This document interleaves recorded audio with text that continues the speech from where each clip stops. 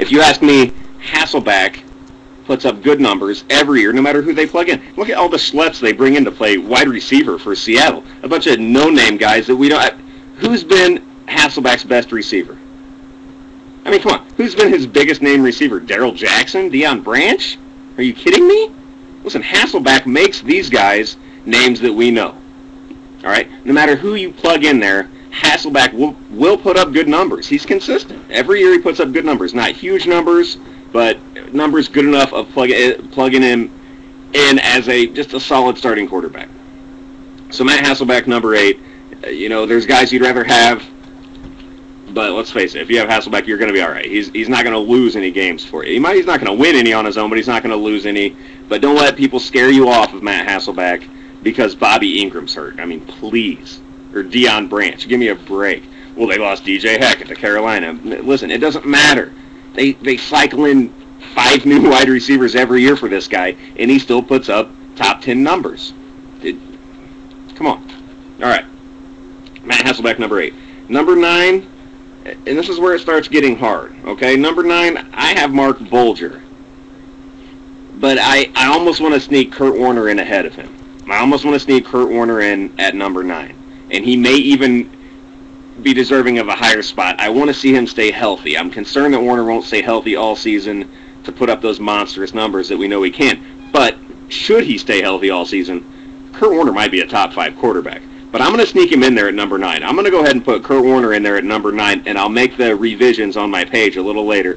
But I'm going to sneak in Kurt Warner at number 9, right ahead of Mark Bulger.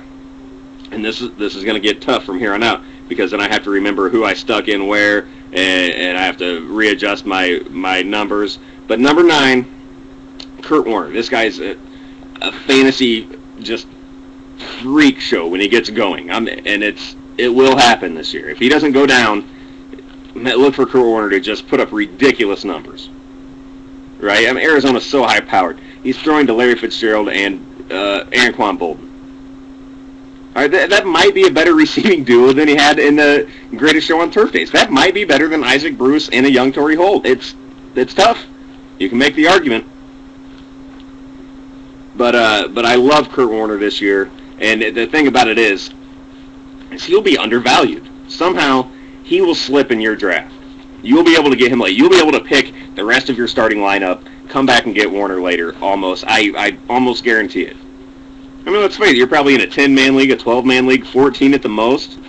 There's not that many starting quarterbacks, all right? People are going to be taking all these guys, Roethlisberger, Palmer, they're going to be taking all these guys ahead of Warner, and he could put up better numbers than most of them. So it's a bargain. Kurt Warner will be a bargain this year in your draft. I almost guarantee it. All right, so if I have Kurt Warner at 9, that puts Mark Bulger at 10. And I know he had a bad season last year in St. Louis. I know he had an off year, and a lot of people are kind of writing off Mark Bulger. And that's okay. Listen, Mark Bulger is still a good quarterback. He remembers how to play quarterback. All right, the questions lie in that offensive line. Are they going to hold tough? Are they going to be able to protect him this year? He spent all of last season on his back. Bottom line, all of the last few seasons, nobody's been hit more than Mark Bulger the last few years. Nobody has. He's taken a beating. All right, assuming they can protect him somewhat, and assuming Torrey Holt's knee holds up. All right, apparently he has no cartilage in his knee whatsoever, and there's nothing they can really do about that. It just hurts. So if his knee can hold up and he can be even anywhere close to the Torrey Holt we know, all right, I think Mark Bulger's going to have another good year. Plus, if Steven Jackson's there, catching balls out of the backfield, that really throws defenses off, and it sometimes equals just big numbers for Bulger. So I'm saying Mark Bulger, number 10, bounce back year. Number 11, and this is another revision I had to make. Number 11, Brett Favre. I'm going to get a pen because I'm going to get confused. Number 11, Brett Favre. All right, he sneaks back in after I do my rankings, throws me off. I should hate him, but I still love Brett. I can't help it. And I like him at number 11, did I say, right? Yeah, number 10, Bulger. Number 11, Brett Favre. Now, Favre comes into a situation in New York with the Jets where he's not familiar with the playbook. He's still learning all that.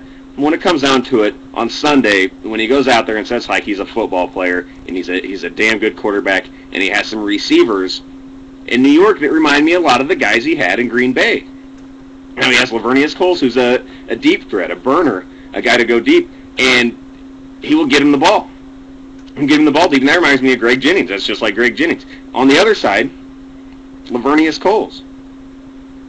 Oh, hold on, I got confused. Yeah, he's got Lavernius Coles, deep threat. On the other side, he has Jericho Cotchery. Sorry, that's the possession guy. Reminds me a lot of Don Driver. So I'm just saying he's got a nice situation over there. Over there, I like Brett Favre, number 11, and I see I'm almost out of time already. Boy, this is going to be tough. Let's go to running backs. I mean, let's face it. Top 11 quarterbacks, that should be fine. Well, I'll give you my number 12 would be Jake Delhomme. All right, assuming his Tommy John holds up, Jake Delhomme will be good this year, be really good. And you know, say you're the last guy to pick a quarterback, you're going to do worse than Jake Delhomme. But what you need to do is probably handcuff, probably get somebody else, you know, maybe like a Matt Schaub, somebody, another guy that could have a big year, but there's a few question marks around. Get another guy kind of close if you take a guy like Delhomme, or even a guy like Eli Manning. You know, if you take any of these guys in that kind of middle group of quarterbacks, take a couple of them and just hope that one of them works out. All right, running backs. Man, we're going to have to go through this.